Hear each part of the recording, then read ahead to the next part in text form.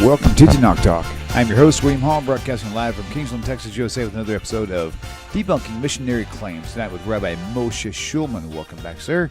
Always a pleasure, and looking forward to this awesome topic for tonight. Can't wait to get involved with this. Did the virgin birth? I kind of spin a different. Sorry, let me get the screen turned on so people can see that we're actually live. There we go. Spun a little different title, but capturing the same idea. Did the virgin birth really exist? Rare happen? Rabbi Moshe Shulman will explain it all for you. So, welcome back, Rabbi. Let's see what we want to get ourselves here. All right. Well, we are certainly live, no doubt about it. So, if you want to just continue, and I'll let you know if we run into any issues if you want. That way, no problem. Very good. Very good.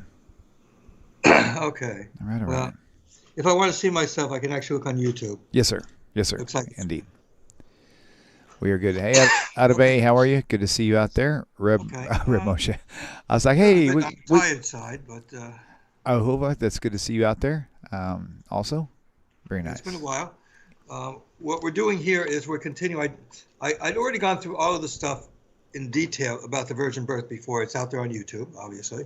Right. And what I want to do is, before we start moving on a little bit further, what I started to do is a review of the information we had from Matthew, which we already did. Now we're going to do Luke. The problems that we see in there, which affects our acceptance of it as history. Okay, so that's what I want to try and finish that today, just review some of that stuff. I think if there's a few minutes left over at the end of the day, maybe we can let people call in and ask some questions. We haven't done questions and answers yet. Sure. Next week, what I want to do is we want to finish with some other historical stuff in the New Testament up to the resurrection. Resurrection, we're going to do a whole big section on the resurrection itself, which I want to start with the Jewish holidays.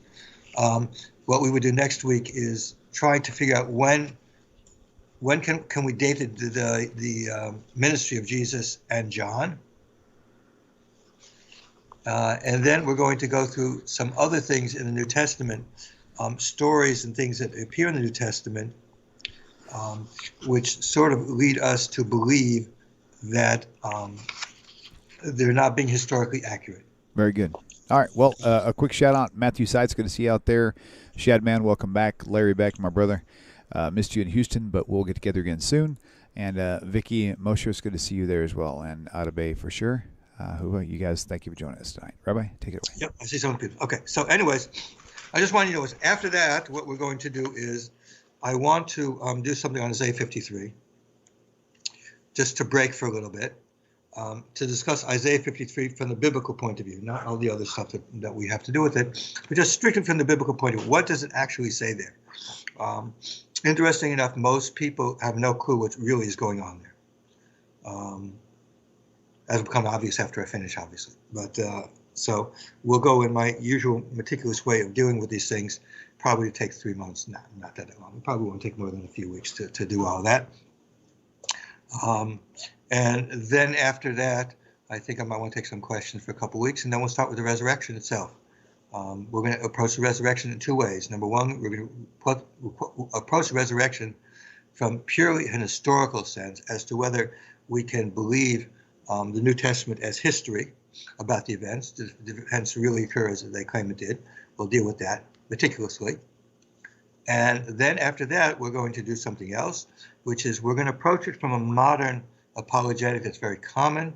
It's called the minimal facts theory, which many Christians have been using in order to strengthen their faith in the resurrection as being an historical fact. And we will actually discuss that in detail.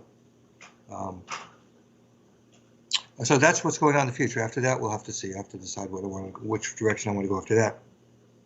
There's so many important issues to be discussed before I actually start going through each one of Dr. Brown's books and a few other books I might add from Philemon Eitan Bar in Israel, who's causing some problems there. So let's go. Okay, we went through Matthew, went all things. So let's go through the book of Luke. Now, Luke has a different type of story we talked about. There are a number of differences between what Luke's presentation of it and Matthew's presentation, for example, what happens with Herod. Luke has a lot of stuff about John's family, et cetera, et cetera. So there's a lot of different material in Luke than Matthew, and some of it is actually contradictory. But I want to go back from a historical point of view and look at Luke in where Luke says things that were problematic. We discussed it before, but I'll just go through them again very quickly. Okay. In Luke 1:6, he says clearly that John's parents were righteous. This, of course, is a very serious problem for Christian theology because, after all, nobody could be righteous. So how could it be that John's parents were righteous?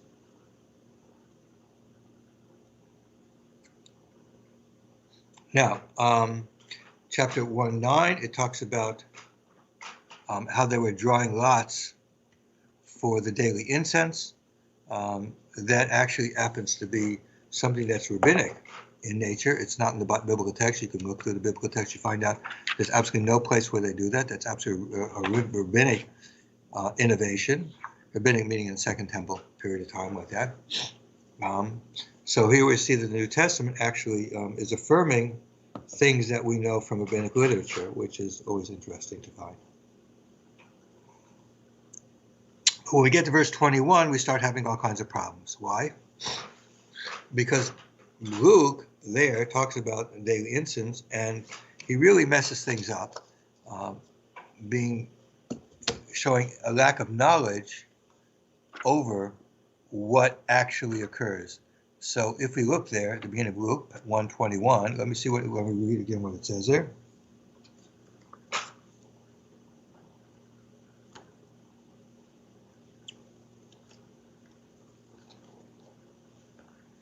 Now, as I said earlier, on page 9, we were talking about the lottery that was given for the incense.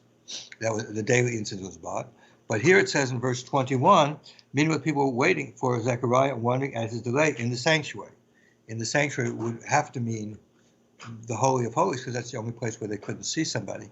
So here we see that Luke is confusing the daily incense offering with the special incense offering that was done on Yom Kippur one day a year. That special incense offering one day a year was not given by lottery, but in fact was something that only the high priest could do. We were not told that John's father was a high priest, and he wasn't anyways. So what we have here we see that Luke is actually confused about what's going on, and so he writes a story that cannot be true. Okay? Now, the sources for that, if you want to look up, Exodus 31-10 discusses the normal daily incense offering, which was done outside on the special altar that was outside of Holy of Holies. Okay, Exodus 45-6 says that it was the same place as the sacrifice. There was the Holy of Holies inside. Outside there was a altar for sacrifice. Nearby that there was a special altar for the daily incense. Exodus 40:26-27 mentions that the golden altar for the incense was actually outside. And Leviticus 4:7 states specifically that it was near to the other altar. So that was a daily incense offering. At no time was he out of the sight of other priests and other people. It was an open area there. Now, the place where he's confusing it was the Yom Kippur offering, which we see was done only by the high priest in Leviticus 16. And verse 17, it says specifically that the high priest, when he went inside, was alone in the holy place. He was out of view. And the Talmud does talk about things that when the high priest went inside there, people were very, very nervous what would happen until he came out, which is what the reference to is in 21, saying that Zechariah, the father of John, was there. But that was not a daily occurrence. That was only once a year. So we see here that Luke, who supposedly is considered the historian, is actually totally confused as to something that was going on actually in his time. Remember, Luke, we believe Luke was written before the destruction of the temple, I believe, or pretty close to it. So his information would actually be something that would be current, and yet he messes it up. So we see here that Luke has from here we see Luke is not as reliable as far as historical things are concerned from this. He gets it from sources, but his sources are not reliable. Now, in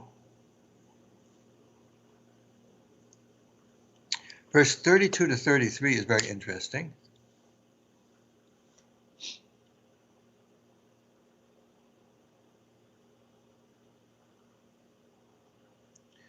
There is an angel which comes to Mary, and she tells him that he will be great, and that, where's 33 here?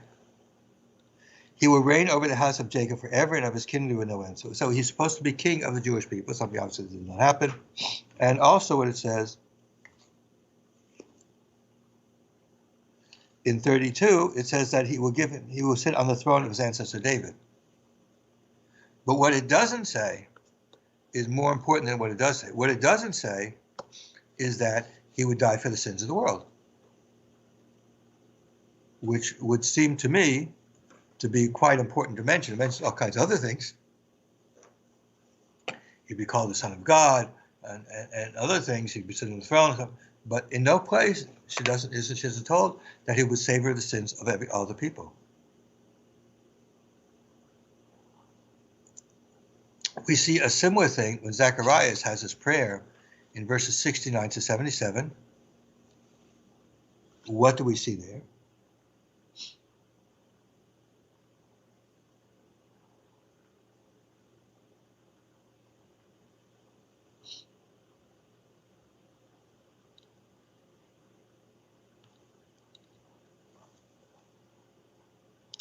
This is the prayer that Zacharias says with regards to his child.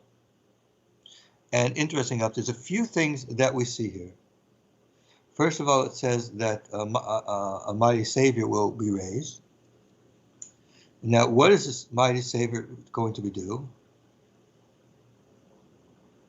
In 71, it says he would save us from our enemies and from the hand of all who hate them. But what about salvation? Salvation comes about later on through who? The child that's going to be born, which is John, and the child who was born, to him who was John, and he is to give knowledge of salvation to his people by the forgiveness of sins. So he shall bring forgiveness of sins. Remember that John baptized people in forgiveness of sins. So what we see here is that Jesus is supposed to be born, and he is going to be, destroy enemies. But John is going to be like the person who brings forgiveness of sins. Where's Jesus' whole place in this? We have a whole thing here going on in the letters of Paul about Jesus bringing salvation and stuff like that, but that's not happening. Now, next, let's deal with the issue of the, let me review again. This in verse, chapter 2, 4, and 10, we see a reference to the city of David being Bethlehem. We're just going over this before, just to remind yourselves. City of Bethlehem being the city of David, where of course this is an error. The city of David is Jerusalem. We see that in multiple places. In the Tanakh, 2 Samuel 5, 7.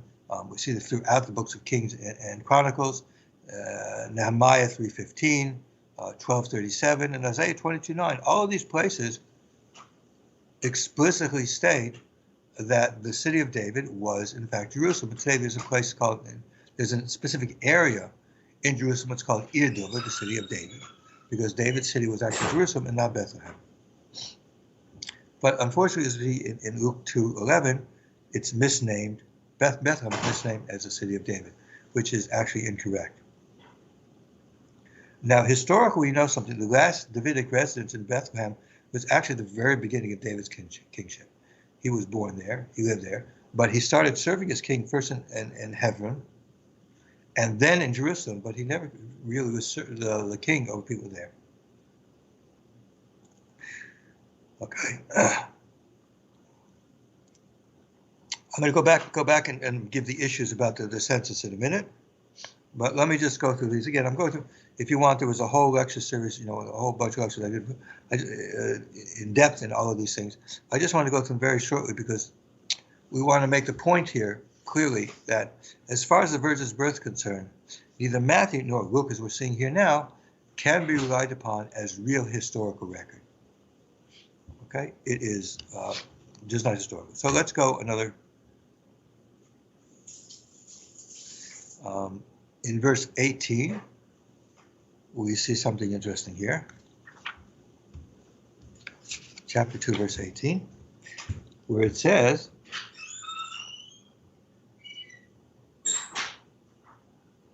"And all who heard it were amazed at what the shepherds told them. But Mary treasured all these words and pondered them in her heart."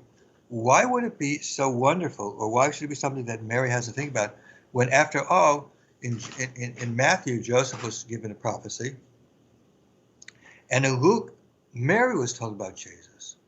So why was it that what the shepherds were talking about, that they told them from the angels, why is that such a wonder, since she already knew it anyways? Okay, that presents a problem to itself. Okay, then we'll go to 22 to 24, where we see again that Luke mixes up two biblical issues. Let's read 22 to 24. When the time came for her purification according to the law of Moses, they brought him up to Jerusalem to present him to the Lord. As is written in the law of the Lord, every firstborn male shall be designated the holy Lord. And they offered a sacrifice according to what is stated in the law of the Lord, a turtle of 2 pigeons. Now, the problem with this is very simple. Let's read again. When the time came for the purification according to the law of Moses, what do you mean their purification? It's actually her purification. She has to be purified after birth. It's in the Torah specifically. Then in Leviticus 12:1 through 8, it says specifically that a woman has to purify herself after 40 days. That's the time of purification. It's for her, not the child. Okay? So the prophet's going to go, they brought him up to Jerusalem, present him to the Lord. Okay. Now, they don't have to present the child to the Lord anywhere. There's no such thing as presenting to the Lord. She has to appear there because she has to bring a sacrifice after childbirth at 40 days for purification. But there's no thing in presenting the child to the Lord. As is written in the law of the Lord, which is not true, every firstborn male should be designated as holy to the Lord. Again, this is a misunderstanding of what it says there. What it says there is each firstborn child has to be redeemed. The redemption, first of all, does not require Jerusalem. We can find this in Exodus 13:2 and Numbers 18:15 to 16. The redemption of the firstborn does not require Jerusalem. It can be done anywhere. And in fact, it's done today any place. A firstborn male child from someone who's not from the tribe of Levi has to be redeemed. And it's to be done in any place. It doesn't have to be there. And there is nowhere in the law that it says it has to be in Jerusalem. And her whole going to Jerusalem had nothing to do with that, the purification. The redemption is not a purification. The redemption is because the tribe of Levi took over. It had been originally that the sacrificial service, the service to God, was part of the portion of a firstborn child. But God took that away from the firstborn child and gave it to the Levites. So the Levites essentially did the redemption. So the child has to be redeemed in the sense that instead of being the one who has to be the temple service and all kinds of things like that, it was now done with the Levites. So it gives the redemption to the priest. The priest redeems the child, and the child doesn't have to worry about it. It's free from this, and then the Levites take it over. In fact, when this was first instituted, they counted how many Levites there were and how many firstborns there were, and the amount of firstborns left over the amount of Levites, they had to give redemption money because of it. So these are two different issues that have to. And then verse 24, she says, and they offered a sacrifice according to the stated in the law of the Lord. Now the sacrifice has nothing to do with the child. It has only to do with the mother.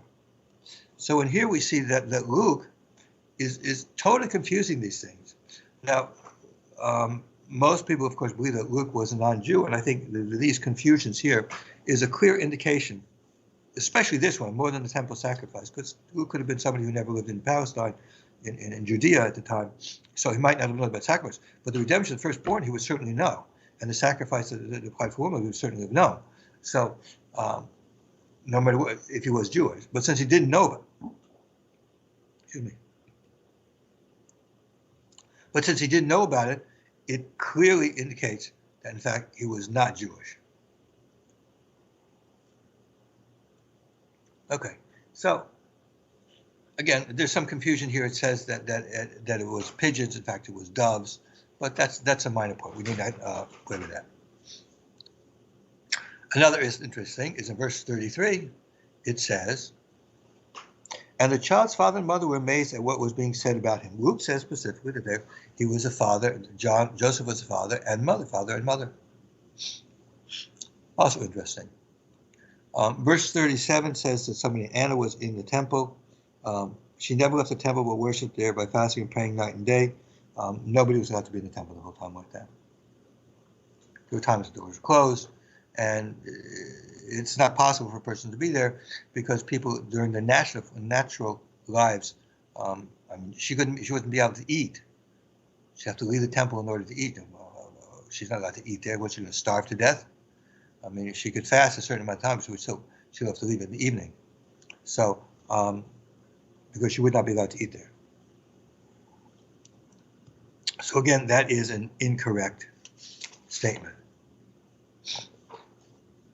Okay, next, let's deal with, go back to the census, because this is a little bit more complicated, many more things that we discuss about this. Again, in depth, I deal with this in the other one, and the other lecture, was I spend more time on it. But I just want to go over it again and again because this will of course be on YouTube. But for those who listen, just to remind you of why it is that we just do not accept as historical fact these events occurred, because what Luke says and what Matthew said and pointed out before do not fit history. Okay, now in Luke 2, 1 through 5 is one of the big issues that are brought about and argued about in all the works dealing with Christianity, and that has to do with the census that supposedly forced Jesus, his family, to go from Nazareth to Bethlehem. And this has a number of problems. First of all, the census was said to be made by Augustus as a universal census. Now, as we mentioned at one time, Jesus was born during the time of Herod. Okay, we've tried to get the dates of when Jesus could be with regards to Herod. So, in order for him to die within the period of time of Pontius Pilate, there are certain limitations of the time when it can be early, later time. And we'll come back to some of these next week when we start talking about some other things. Okay, now the census was by Augustus. The problem is we know of 3 dates for the census. Census what were done by Augustus. One of them was done 28 BCE. That's much too early. If Jesus was 33 years old, 20 would certainly be too short. There was another one at 14 CE in the Common Era, and that would of course not be good also because again, it would make Jesus too young. He was about, we have the verse that says he was about 30, which means that he would have to be 44 at least when the time comes.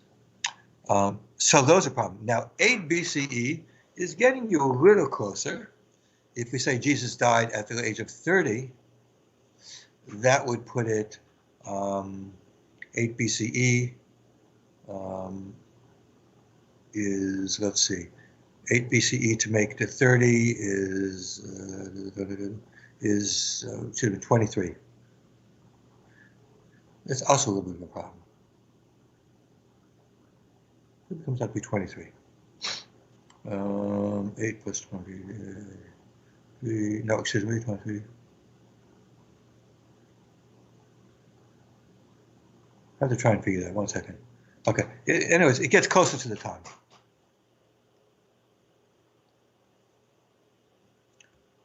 Now, the problem is the description that's given. According to Luke, it says that why did Joseph have to go to Bethlehem? As it mentioned, that Bethlehem had to go to the city of David, which we pointed out earlier that was actually not true. But the reason why he had to go is because it was ancestral home of David. Now we know that, first of all, the exile the return from the exile was hundreds of years before this. So as a minimum, we're saying that Joseph had to go to a place that was, a few hundred years earlier from that time, something that's totally unknown. But even more, the actual last time, as I mentioned before, the last time actually David lived in that city, or any of his descendants lived in the city, was actually when David lived, which we're talking about a period of well over 500 years. So the absurdity of that is to imagine that, remember, he's saying this all over the world, and he's decreeing that everybody has to go where his family came from, his ancestral home, where it was, a period of 500 years beforehand. Well, let's give it a minimum 300 years beforehand, actually, when the return from the exile was. Okay, 300. That itself is something absurd in the amount. It was never known.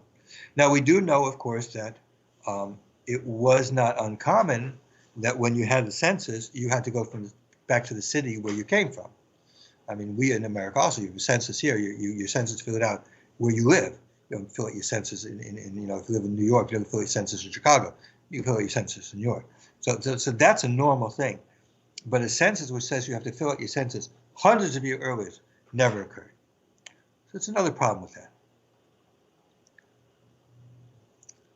So having Jesus go from there to Bethlehem is a problem. And of course, remember that in Matthew, Joseph actually lived in Bethlehem. So Luke is trying to solve some kind of a problem of bringing him over, which in Matthew was actually unnecessary, would have been unnecessary. Now, besides that, there are a number of historical issues that I mentioned, and I will review them again. Number one, Herod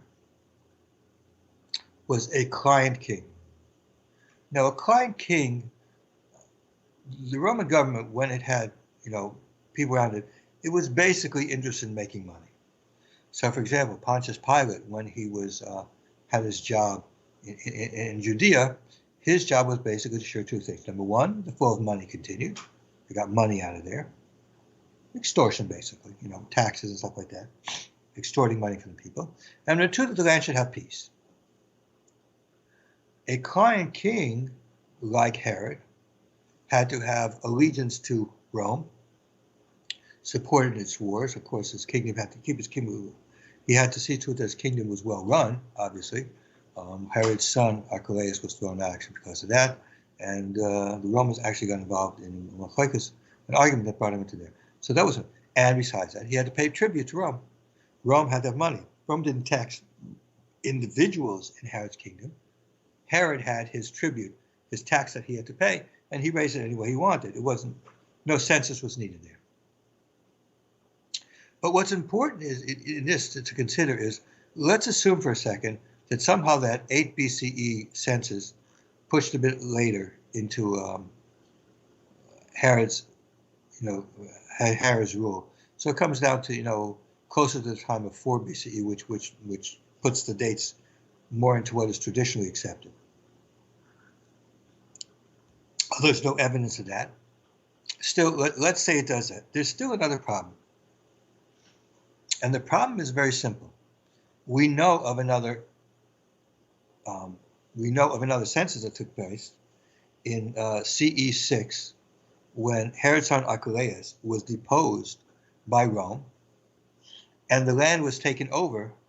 They had a census in order to be able to tax the people. Now, this tells us two things. Number one, Archelaus was much weaker than his father, was not subject to census in order for taxation. When his father died, they didn't have a census for taxation for Archelaus. Why? Because it was a client king. Client king paid tribute.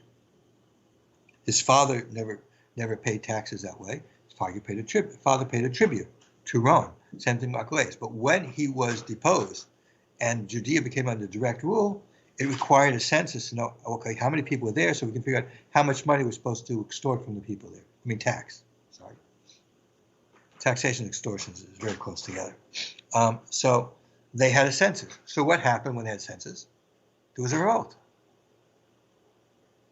In Judea, there was a revolt over the census. Now, what's interesting is, if we take them saying that the census was actually an earlier one in the time of Herod, where's the revolt? Herod at the time was old and sick. It would be certainly at the time And they could have voted, but they didn't. Reminds me of the interesting story that I mentioned before. I'll mention it again. In one of the Sherlock Holmes books, it has a story where Sherlock Holmes is investigating something, speaks to Scotland Yard fellow, and he says, Scotland Yard fellow asks him, does he have any clues for him? And he says, well, the curious incident of the dog. So the Scotland Yard fellow said, the dog didn't do anything. So Sherlock Holmes says, that was a curious incident. The same thing is here. As far as the census in the time of Herod, it's a curious incident of the revolt. But there was no revolt. That's a curious incident. There was no revolt. Had they actually done that, there would have been a revolt under Herod. Herod was much easier to revolt against than it would have been Rome. So again, it's an instance of, we see historically things that should be or things that they claim to be are just not really there as far as the census is concerned. Another instance, which is discussed very much, there's a lot of things, is Quirinius, who says he was governor there at the time. Now, we know that he was a governor in 6 CE. There's no question about that. He was governor of Judea. However, his governor of Syria, which covered Judea. But we know, in fact, that there was no way that he could have been that, because we know he was. From the year 21 to 1 BCE, he actually led military campaigns in Galatia. Galatia is part of Turkey. Quite far away. It was not part of Syria. Syria was a totally different area. Had nothing to it. So we know that, in fact, he was not there. There are some people trying to claim all kinds of different things. But when you investigate it, basically the facts will bring the facts. Quirinius was not there. He was actually a military person in Turkey at the time. Okay, there's one more historical thing that's actually in the book of Acts, but since Acts was written by Luke, according to everybody, we'll bring it up. In Acts, they relate something that supposedly Gamaliel said. In Acts, he relates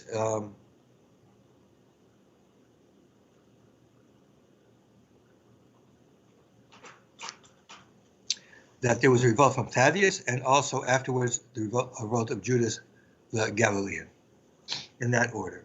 However, historically, the truth of the matter is it's reversed.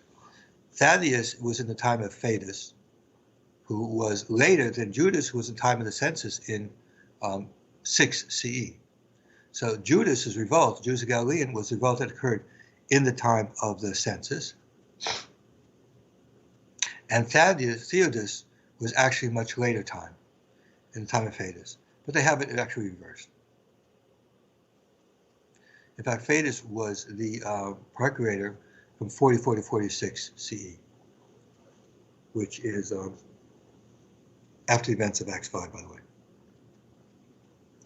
Just an interesting point of fact, meaning that how is it that Theodus could be mentioned by Gamaliel in Acts 5, when in fact Theodus' revolt had not occurred yet at that time.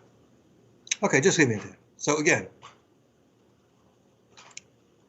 let me conclude here. And as I said, I do want to open up things to questions you can call in, as I told you, because I don't want to start the next section until next week, because I don't want to get stuck in the middle of it. It's somewhat complicated trying to put together when Jesus and John actually had their ministries. Okay. But as a final point here to bring to an end our analysis of the virgin birth, what we have to say is quite simply this. If we ask the question, is the virgin birth real history? The answer is no. The records that we have from both Matthew and Luke do not lead us to have any confidence that what we're dealing with is an historical event. Besides the fact that both stories have multiple contradictions with each other, as I covered before. There are also problematic verses in Matthew and Luke. We discussed Luke today. Problematic things like the census and stuff like that. We reviewed that stuff. And last time we were here, which was, I don't even remember what it was. So in Matthew, We find a number of things which are erroneous uses of verses and stuff like that. So they don't lead us to have too much confidence that the events occurred at all. Besides that, there are a couple of interesting things which sort of lead us against the belief in the virgin birth and lead us towards the belief that Joseph is actually Jesus' father. So, for example, in Matthew 13:55, Jesus called Joseph's son. Nobody was aware of the virgin birth. In Luke 2:33, Joseph is called Jesus' father. Okay, and in Luke 2:48, Mary calls Joseph Jesus. Mary himself calls Joseph Jesus' father. So we see numerous cases where Joseph is called Jesus' father, which would certainly be a little bit of a contradiction to the idea of a virgin birth, since, of course, virgin birth means you don't have a father, you have born without a father. Okay, that's where I want to go. Next week, it's going to be very complicated, so you're going to have to put your attention to it. We're going to try and deal with the chronological issues dealing with John and the ministry of John, his death, and Jesus' ministry also together. It's somewhat complicated, so I don't want to start it now because we'll just get to the beginning. So what I'd like to do is, if we can, let me look and see if there's any kind of questions that were asked, actually. Okay, and the phone lines are definitely open. Yeah, you can open up the phone. While you're opening the phone lines, let me do a quick look here. All right, numbers on your screen, 855-952-4253. If you guys want to call in, the number is all yours to do so. 855-952-4253. And also, I'll scan the questions for you as well. If you guys ever do have questions, be sure to tag me at Okay, on Constellation Peg. I'm going to just go any question that was asked. Constellation Pegasus, was the serpent of Genesis alone like Adam, or were there more? The text doesn't say. But what the text does say is that only Adam was alone until Chava, his wife, was made. Okay, so there's an indication that every other animal in the field, actually there was males and females of it, whereas Adam was the only one alone. So while it doesn't say directly, it's indirect. Right. Okay?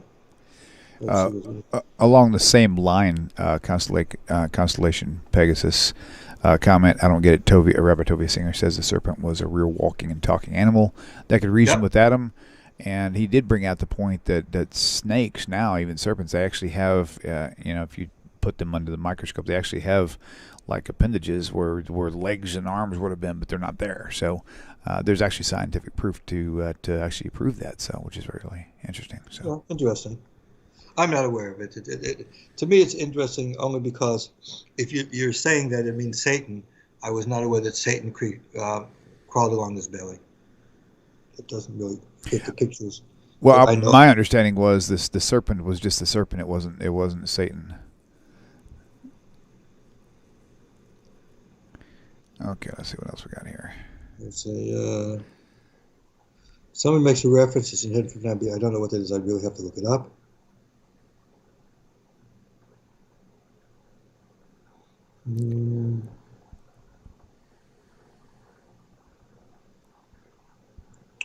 Well, actually, as far as he says, the problems with Christians like this.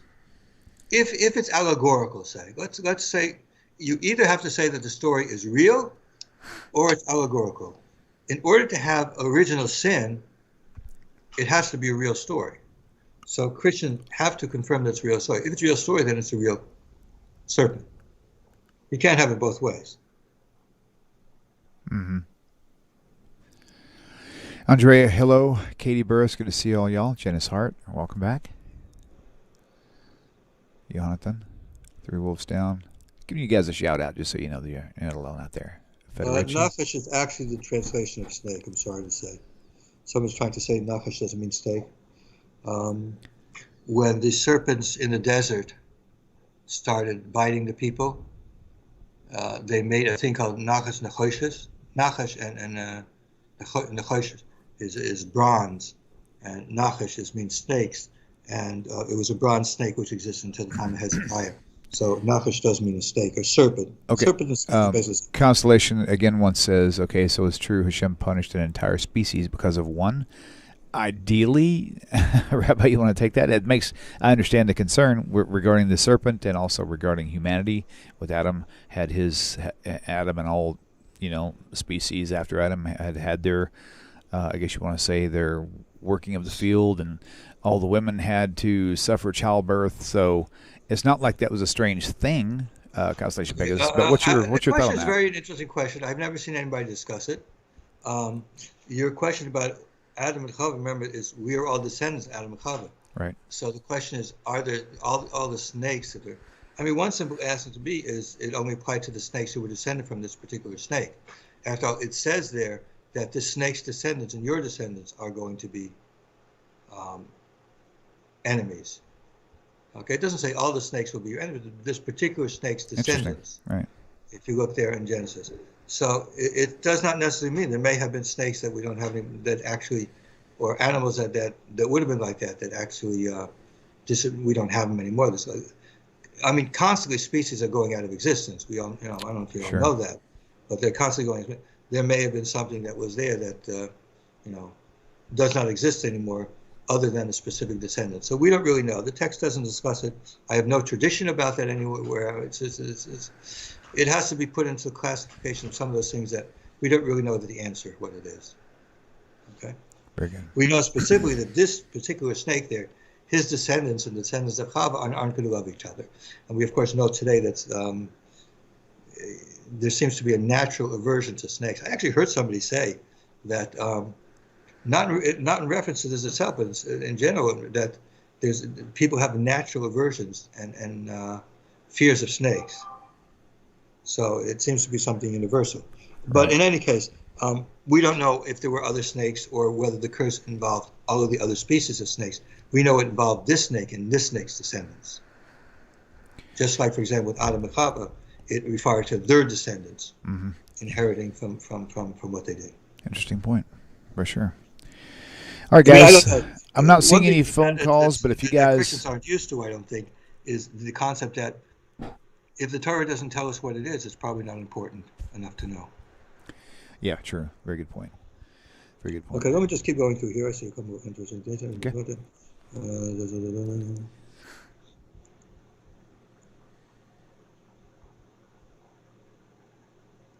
While you're looking, Janice Hart, that's interesting. I've spoken with handfuls of Christians over the years on that very topic, and whenever I give them, the historical references for the pagan origins of a virgin birth, most of them just shake it off like, I don't care, I believe in Jesus anyway. So it's almost like they don't really care. So it's interesting. Okay, somebody mentions here, I don't know. Somebody put in Hebrew letters a name that I can't pronounce because it's not Jewish. It's not Hebrew. It's just some kind of a language name that I'm Jeffrey, maybe. Oh yes, an English spelling of Jeff. Yeah. Listen, I write Rabbi Moshe in English. I could write it in Hebrew, but I write it in English because that way people will be able to understand it who might not be able to get it. Yeah, anyways, Jeffrey Contreras. Actually, there's a lot of questions. We don't know when he was born. There is no place that says exactly when he was born. So it's not just 1 BCE or CE. We did discuss this earlier, possible dates of when he could have been born. But we don't have any clear date. In fact, one of the main problems here is that we don't know when he was born. When I originally started off with this historical study here, I pointed out to you that we know the dates when Alexander the Great died. We know when Augustus was born, when he died. We know when Tiberius was born and when he died. We know lots of people in this period of time when they were born and died. But Jesus, we don't know when he was born. We will see when he died. Because the New Testament itself has so many contradictory things that when you put them together, you cannot figure out when he was born and when he died.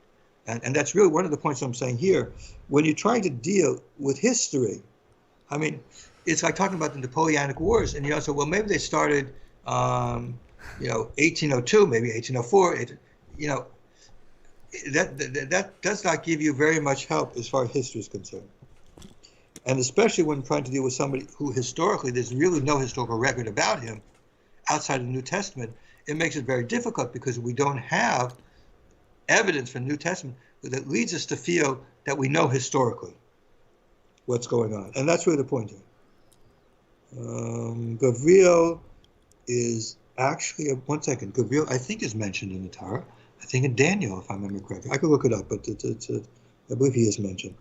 Yeah, 8:16 looks like. Mechul and Daniel are the ones that are mentioned that I know, but many other angels have names that were not mentioned there.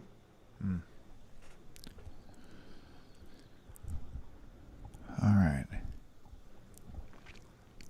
Pedro, I have no idea what you're talking about because that's just not correct.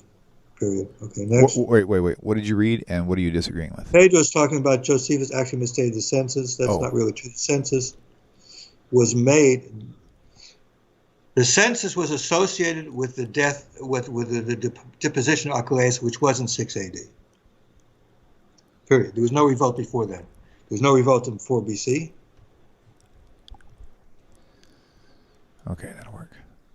That's just fake history. It's nice to say. It's a good debate point when you have people who don't know what's going on, but there's no history behind it, unfortunately. I see. Okay, I think I got to the end of anybody there, so if there's anybody calling in, yep, we can certainly take any questions. Very good. But I think I've covered everybody who wrote anything in here. All right, well, it looks like we haven't had, phone lines been on the screen for a while and had many calls, so that's probably going to wrap it up for tonight then. Well, all right, Okay, well. let's just give a couple minutes, see if anybody wants to call in. Okay, very good. So over the next few weeks, what is your approach on the next few topics? Want to continue this part B and C, or next thing we're going to finish with this next week? We're going to deal actually primarily with the ministry of John and Jesus. When did it actually occur? Right. Okay, and I guarantee you it will be shocking. Nice. Because I've looked into historical stuff. This stuff does exist in information. And the week after that, what I will try to do is I will cover other issues of historical value in the New Testament, where the New Testament has things that are historically inaccurate. Right. Nice. All right. Well, it does look like it's kind of winding down, so we'll go ahead and tune it down. So, okay. So next week we'll look. That's the problem, of course, is since I haven't been on every week. It makes it much more difficult. But if we start getting back into a schedule, being every week, I think more people will start listening. Will be able to do questions, because I really do want to take some sessions to do just for questions. Sure, that sounds good. Questions are always a lot of fun. What to do? Just a simple call-in show at some point, just strictly for callers only. That'll be fun. All right, you guys. Well, thank you for tuning in. Be sure to subscribe to the YouTube channel, turn on notifications, and we will see you guys on the other side. Rabbi, thanks again for your time. Did a great job as usual, and we will see you guys later. Take care, everybody. Peace.